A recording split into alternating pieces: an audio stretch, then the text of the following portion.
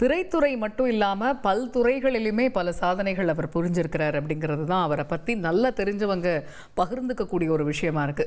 குறிப்பா உடல்நலம் பேணுதல் அப்படிங்கிற ஒரு விஷயத்துல அவர் கூடுதல் கவனம் செலுத்திட்டு வந்தாரு அப்படிங்கிறது தான் அவரோட நெருங்கி பழகக்கூடியவங்க பகிரக்கூடிய ஒரு விஷயமா இருக்கு. 90 வயசு 100 வயசு வரைக்கும் எந்த உடல்நல கோளாறுமே இல்லாம எப்படி வாழணும் அப்படிங்கிறத அவர்கிட்ட தான் கத்துக்கணும்னு நிறைய பேர் சொல்றதையும் கேட்க முடிஞ்சது இன்று காலை இவருடைய மறைவுக்கு பிறகு. இந்த நிலையில மறைந்த நடிகர் ராஜேஷுடைய உடலுக்கு திரைத்துறையினர் பலரும் அஞ்சலி செலுத்தி வருகிறார்கள். அந்த காட்சிகளையும் பார்க்கலாம்.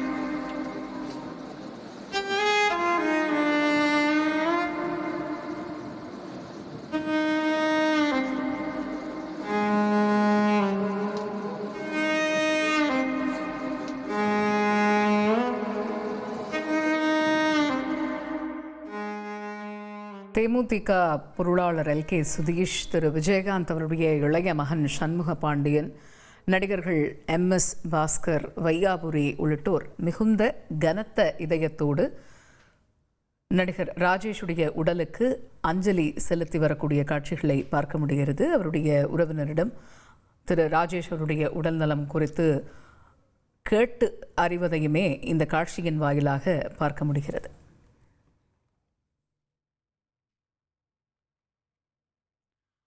இதனிடையே நடிகர் பார்த்திபன் மறைந்த நடிகர் ராஜேஷ் பற்றி பேசியது தொடர்பான ஒரு பேட்டி இருக்கிறது. அது என்ன என்று பார்ப்போம்.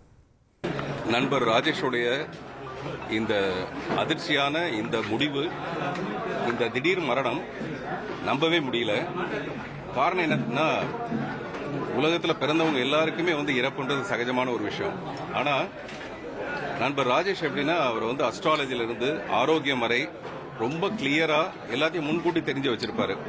ஒரு 10-15 நாளைக்கு முன்னாடி ஐஸ்வரி கணேஷோட அவருடைய மகள் திருமணத்துல நானும் அவரை சந்திச்சோம். ஒரு 5 நிமிஷம் பேசியிருந்தோம்.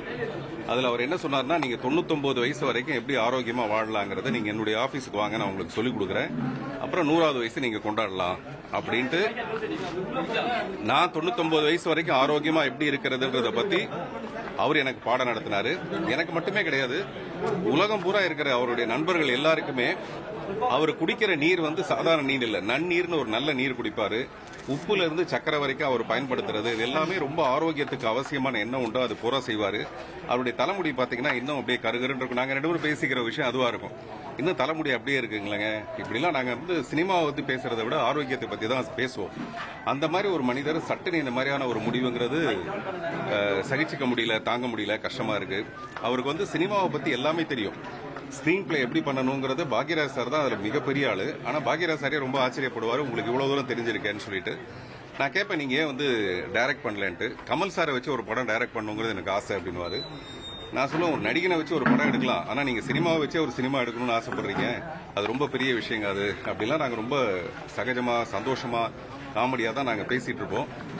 அவருடைய மகனுக்கு கூட அடுத்த வாரம் என்கேஜ்மெண்ட் வச்சிருக்காங்கன்னு இப்பதான் அவருடைய மகன் சொன்னாரு. அப்ப எவ்வளவு கனவுகளோட இருக்கிற ஒரு தகப்பன் அவருடைய இந்த முடிவு வந்து அந்த குடும்பத்தை வந்து மிகப்பெரிய ஒரு வருத்தத்துக்கு ஆளாக்கி இருக்கும். அந்த குடும்பம் அமைதியாகிறதுக்கும் அவருடைய ஆத்மா சாந்தி அடைகிறதுக்கும் என்னுடைய வருத்தத்தை மட்டுமே நான் தெரிவிச்சுக்கிறேன். நன்றி. மறைந்த நடிகர் ராஜேஷுடைய உடலுக்கு அஞ்சலி செலுத்திய பிறகு நடிகர் பார்த்திபன் தெரிவித்ததை பார்த்தோம். ஆரோக்கியத்துக்கு கூடுதல் முக்கியத்துவம் கொடுக்கக்கூடிய ஒரு மனிதர் ராஜேஷ் என்று குறிப்பிட்டிருந்தார். இந்த நிலையில் அவருடைய உடலுக்கு திரைத்துறையைச் சேர்ந்த பல்வேறு தரப்பினரும் தொடர்ந்து அஞ்சலி செலுத்தி வருகிறார்கள். அந்த காட்சிகளையும் தகவல்களையும் தொடர்ந்து பார்க்கலாம். செய்திகளை உடனுக்குடன் தெரிந்து கொள்ள உடனே சப்ஸ்கிரைப் பண்ணுங்க.